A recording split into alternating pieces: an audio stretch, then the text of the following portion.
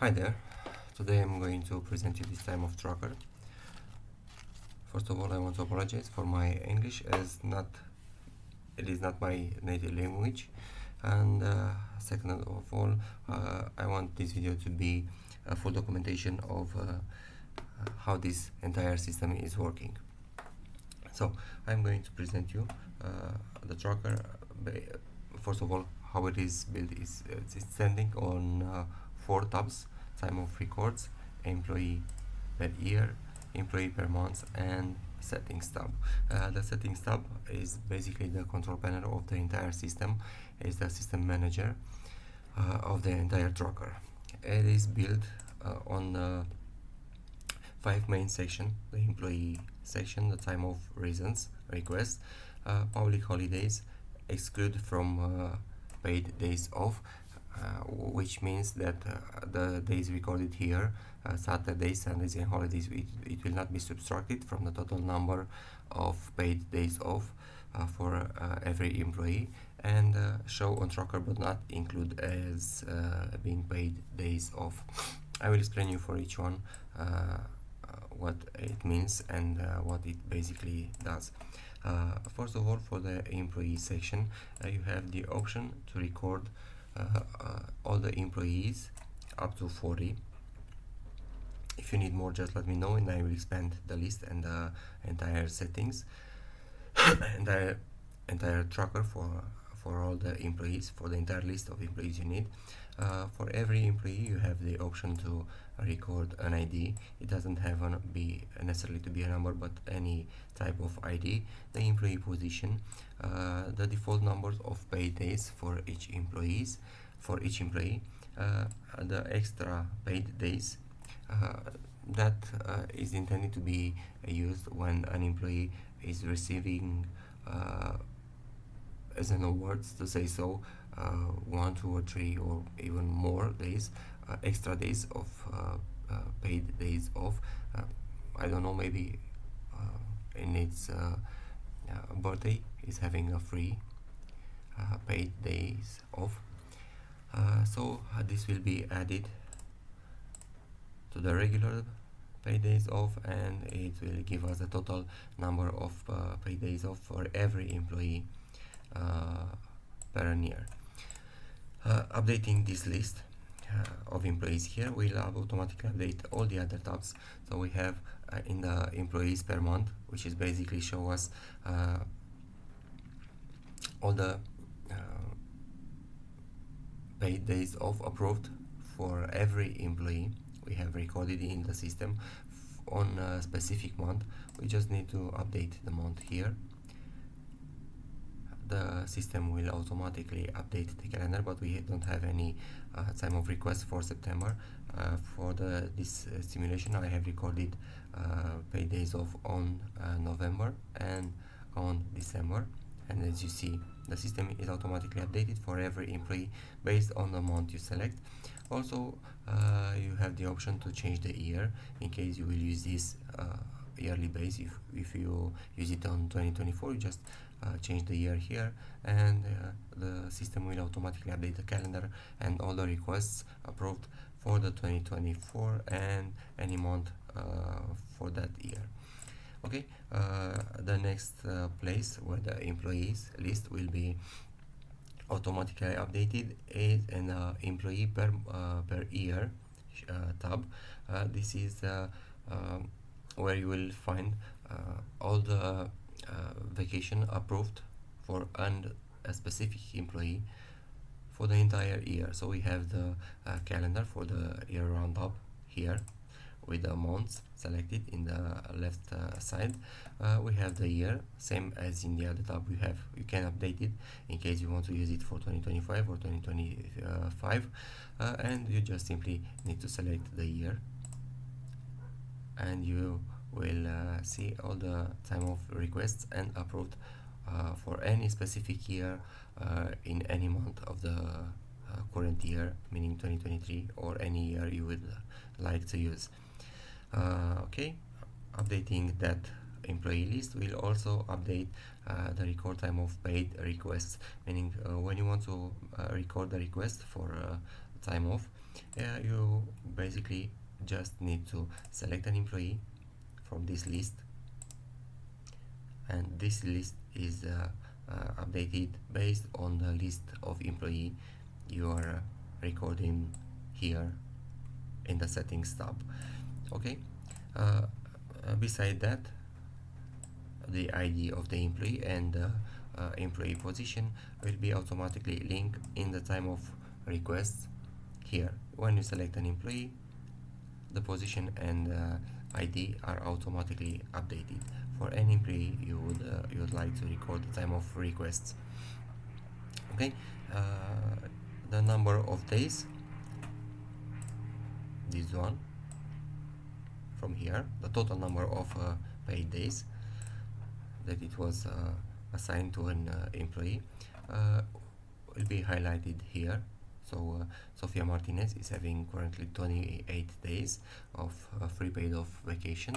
She just used in December 10 days as a vacation, and is remaining with 18 days. So this is dynamically updated on every employee you select here. As you see, Anna White is in sick leave. I will get to this because the sick leave is a medical reason and it will not be subtracted or deducted from the total number of paid days allocated to every employee. But we'll get to this. This is another advanced feature for this tracker. Okay, next one. That would be all regarding the employee list setup from the settings tab of the or from the control panel. The next feature is the list of time of reasons. As we see here, each time when we record a time of request, we have a list of reasons to assign to every time of request. Right now I have recorded 6 dummy data, to say so, 6 default reasons: vacation, sick leave, maternity, paternity, and the other ones as bereavement, leave of absence, and a dummy data some reason. We can update this list. You can update this based on your company needs with whatever type reason names you have, and in the same time I recommend you, and it's quite mandatory, to associate an abbreviation with every time of request. So for example, I have used V for vacation, SL for sick leave, and so on. Each time when you update this, let me update some reason with I don't know, another reason, we update the abbreviation with another reason, and the entire system has been already updated with my last changes. Okay, this will be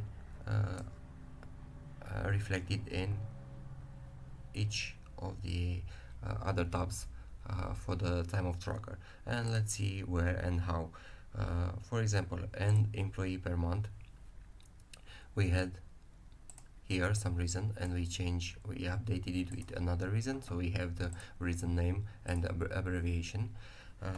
Let me assign one for an employee as another reason. Which employee do we have here? Emily Davis. Let's go into the Emily Davis here, and instead of vacation, let's put another reason, and this is for the month of December. This is November, let's put in December, and we see that Emily Davis is now having another reason sorry, already updated the explanation, another reason name, and the abbreviation like the type key, and the chart is also updated for another reason. In the employee per year also we have the name and the abbreviation, and Anna White we have for December, it was Anna White or Emily Davis. Let's see for Emily Davis if the system has been updated. Emily Davis, we see on December another reason already included and displayed and counted as a number of free days paid taken. Okay, and the last tab, the reason, is also updated with another reason. We see the list has been updated also. That would be all for time of reason. Another specific feature of this time of tracker is represented by the public holidays. We can record here up to 40 public holidays from the drop down date selector, date picker, and a separate column to record the holiday name in case we want to see exactly and much more easier what type of holiday have we recorded. So we have recorded here in 20 November the Thanksgiving Day, in 25 December the Christmas Day. Okay, these holidays will be highlighted in the employee per month. As we see, we have recorded 25 and 26 December as public holidays and are getting automatically highlighted along the weekend days. Okay, if we do not record 25 and 26, let's just delete this and go back. We see the system has already been updated and we do not have 25 and 26 December as being holidays, public holidays days, but as working days.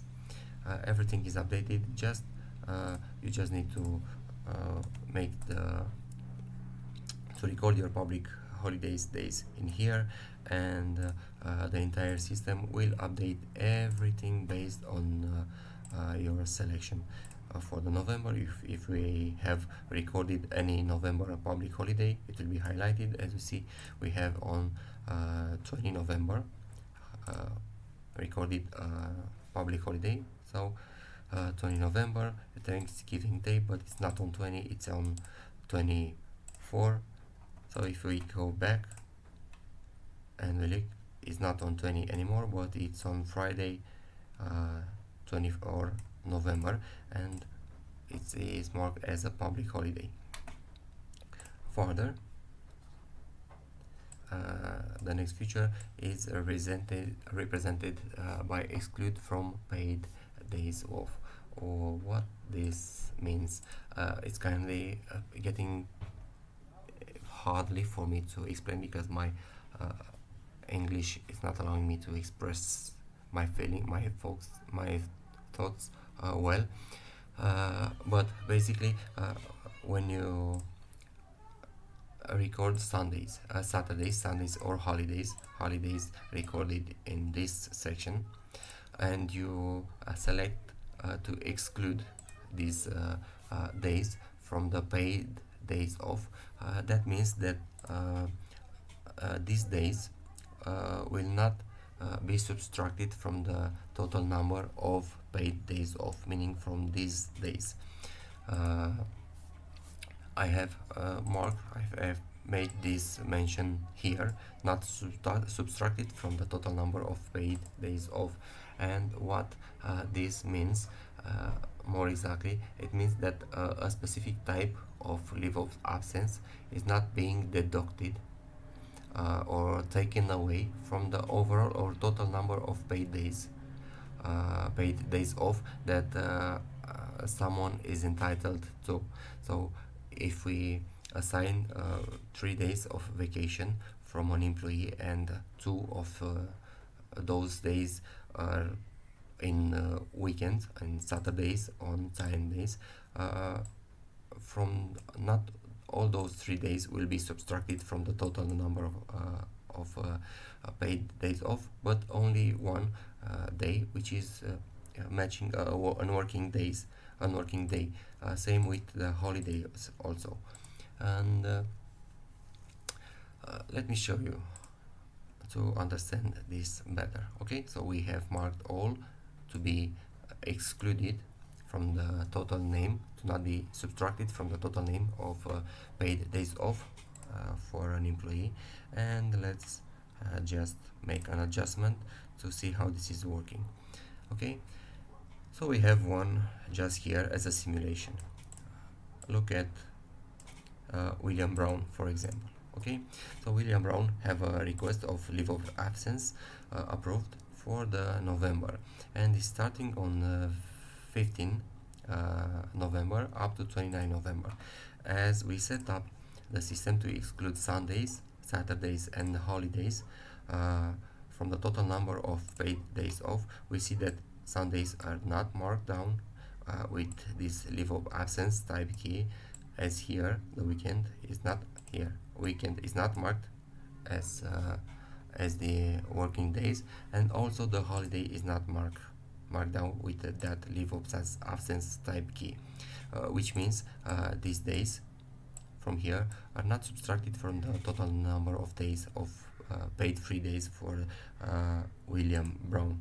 Okay, so we see here the counter is telling us that William Brown is requesting and has been approved for a total of 10 days paid off. Okay, 10 paid days off, not with all 15 between this interval, but only with 10 days. And we see here William in November. This is the total for the month of November for all the employees. But if we go in employee per year, and we are looking to which employee it was William Brown. If we select, let's presume we want to see all the time of request and approve for William Brown for the entire year, we see that in November is having 10 days requested and approved, and overall all the years it is having 20 days of leave of absence, because he had in April also 10 days, and 6 days of vacation in month of January, and overall he used 26 days, and he's left with 16 days, because this is a special case. William Brown, as we set up, especially you have set up for William Brown, he's an IT manager and he's having 40 days 40 paid days off, and 2 extra days, so he's having a total of 42 days of paid days off. That's why this larger amount here, and we see here he's having allocated, or for 2023 paid 42 days, he used 26, and he's left with 60 paid days off. So basically that's what this exclude from paid days off it is doing. And now see the other situation. We were referring to this. If you choose not to exclude holidays, meaning the holidays will be subtracted from the total number of paid days, we will see that the Friday is marked as being a holiday, as we recorded here.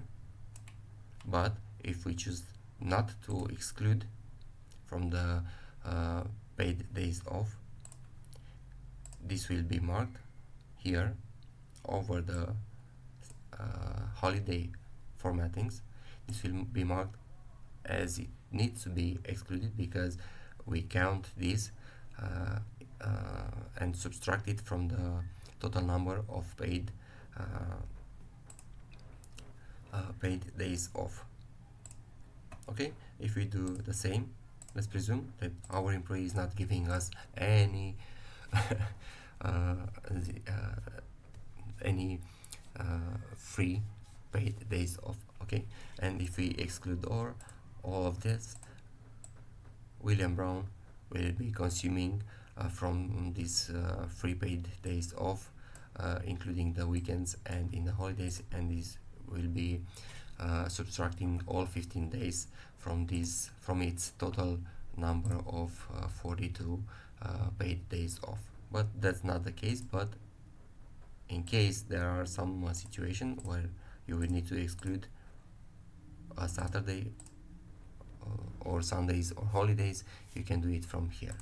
The last feature of this would be how to say it.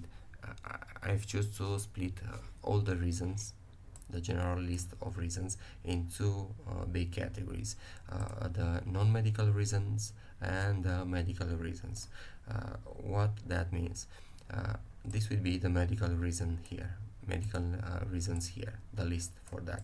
So from the general list of reasons, we will build the medical reasons, which means the sick leave and maternity, paternity, or any other medical reason we would like to associate with this.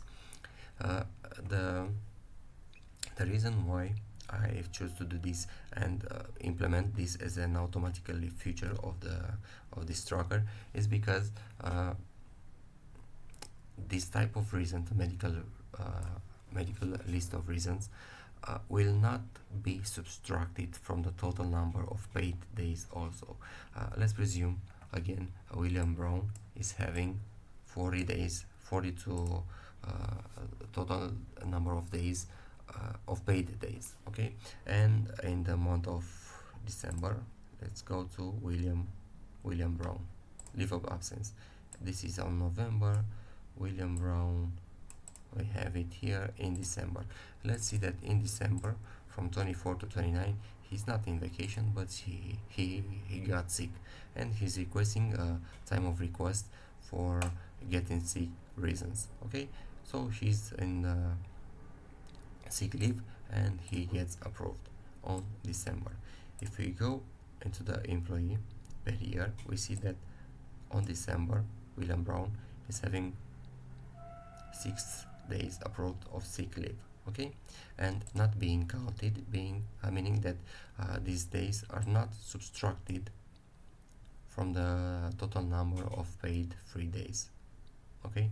He's still having 26 days consumed, but these 6 days of sick leave are not counted and are not subtracted from the total number of paid free days. If we go to employee per month, and we see on December from William Brown, okay, he got 6 days approved, and are not counted, okay, which means these are not subtracted from the total number of paid free days off. Also, as a feature for this, the medical reasons are completely ignoring the weekends and the holidays. I mean, if for the vacation day here in Sofia Martinez, the weekends and the public holidays days are excluded from the counter and are not shown in the calendar, the medical reasons will be shown into the calendar, because you will see you have 6 days of sick leave, not only 3 days. You have all 6, but all are excluded from the counter. It will not be subtracted from the total number of your employee name.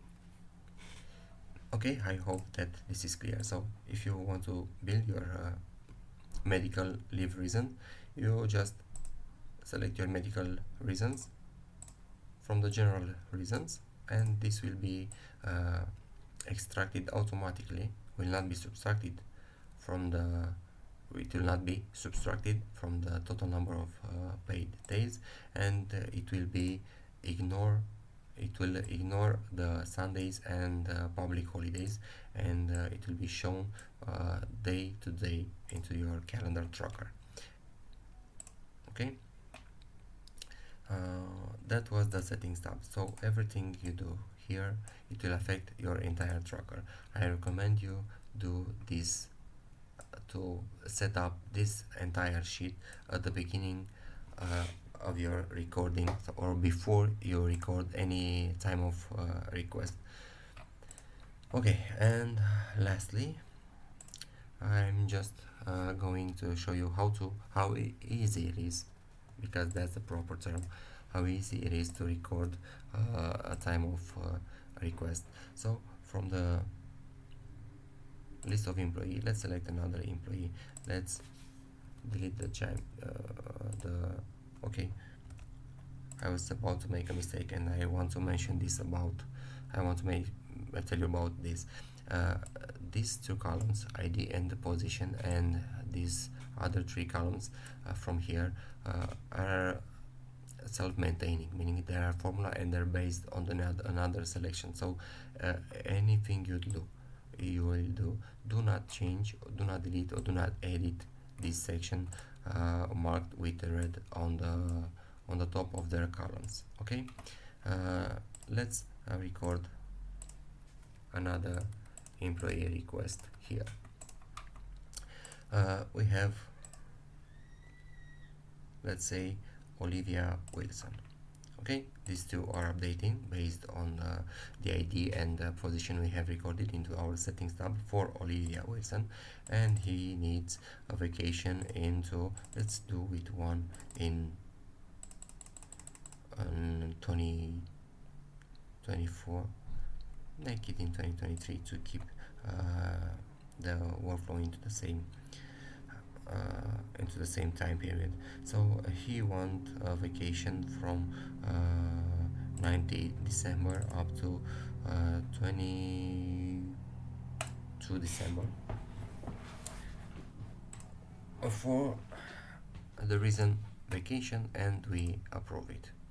Okay, if we do not approve, this will not be taken in consideration in any other place.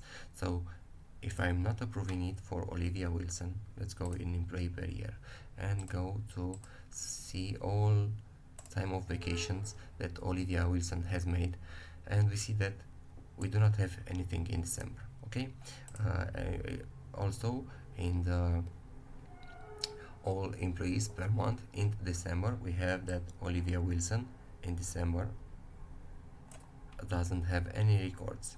Okay, let's go now and let's say we have approved her time of request, and we will see that in December for Olivia Wilson she's having 4 days of vacation, and also in the employees per month for the December, Olivia Wilson is having 4 days of paid vacation displayed and counted, and everything is tracked up. Okay, so that would be all you will need to do to record the time of request. Just select the employee, just select the time when the vacation is starting, time for the end vacation, select the reason and approve it or not. What that means, and that would be the last thing I will talk about in this video documentation, is these three special columns, which are basically handling the error prevention, automatically error prevention. This will warn you about any error you could do here. So we have 3 special situations, 3 special errors we could do. First of all, it will be to by mistake record end date of the vacation before the start date, and the system will warn us with an exclamation mark. We have here what that means. End date is smaller than the start date, meaning the end date precedes the start date, and this is getting highlighted with red, and we see the exclamation mark and we notice that there is a mistake, and we will know exactly what type of mistake is that. The start date is preceding the end date is preceding the start date, and we see that is from 19 December up to 19 November. So that's not the case, it's not possible.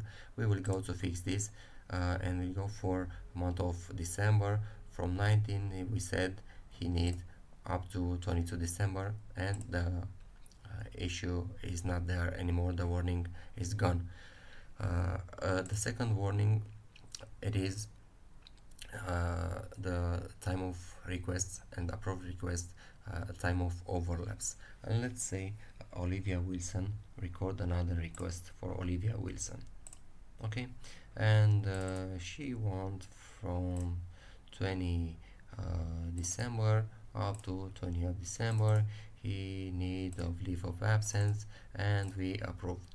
We notice this in this new time of request that we have an error warning of this cross, red cross, which is means, like I explained here, time of overlap.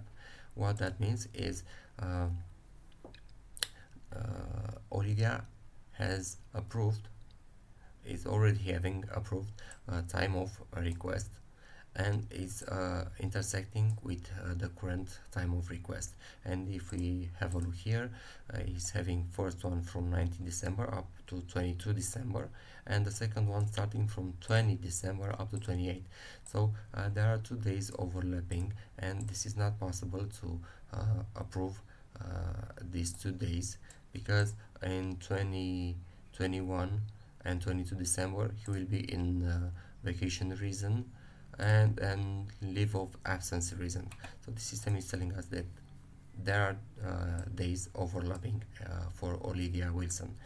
Okay, so just need to update. If we ending the vacation on 22, he must start her leave of absence on early 23, but it's on Sunday. We will choose us because it will lead us to another error handling. So we do not have the overlap issue anymore, but we have a system warning that these specific days which got highlighted in red is matching a weekend or a holiday, and in our case this is the Saturday days. We will, if we change it to Sunday, we will still get this warning because 24 is on Sunday. Okay, if we go on 25, we still have this red formatting and the error notice, because 25 December is marked as being a holiday, is on Christmas Day, and the system will just notify us until we decide to leave it like this, or to schedule Olivia's free day until it will not be into a Saturday, Sunday, or a holiday day. And as we see, 27 is not a holiday, and all the warnings will be disappearing, and we are good to go. So you don't have to wrap your mind around this. You just need to follow this error warning system and adapt your time of request based on the warnings. If there is no warning, it means everything is fine. We don't have the time overlaps, we don't have Saturdays, Sundays, or weekends or holidays, and everything is fine and good to go. And if we go to see to Olivia Wilson, we have on employee per year in December, Olivia Wilson is having 4 days of vacation and 2 days for leave of absence. All are subtracted and counted from her total number, from her total number of paid days off. Okay, and if we go into employee per month, in December we see Olivia Wilson. Everything is updated automatically and dynamic, and we see her time of request updated here. If we decide for this, just play with bit with this, we decide to not count the holidays. Okay, do not count the holidays,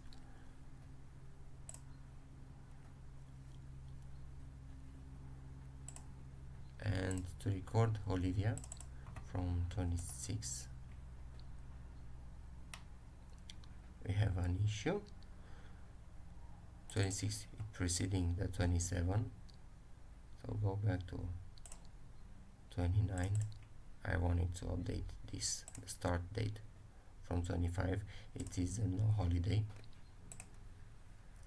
We will see that even we have holiday here, Olivia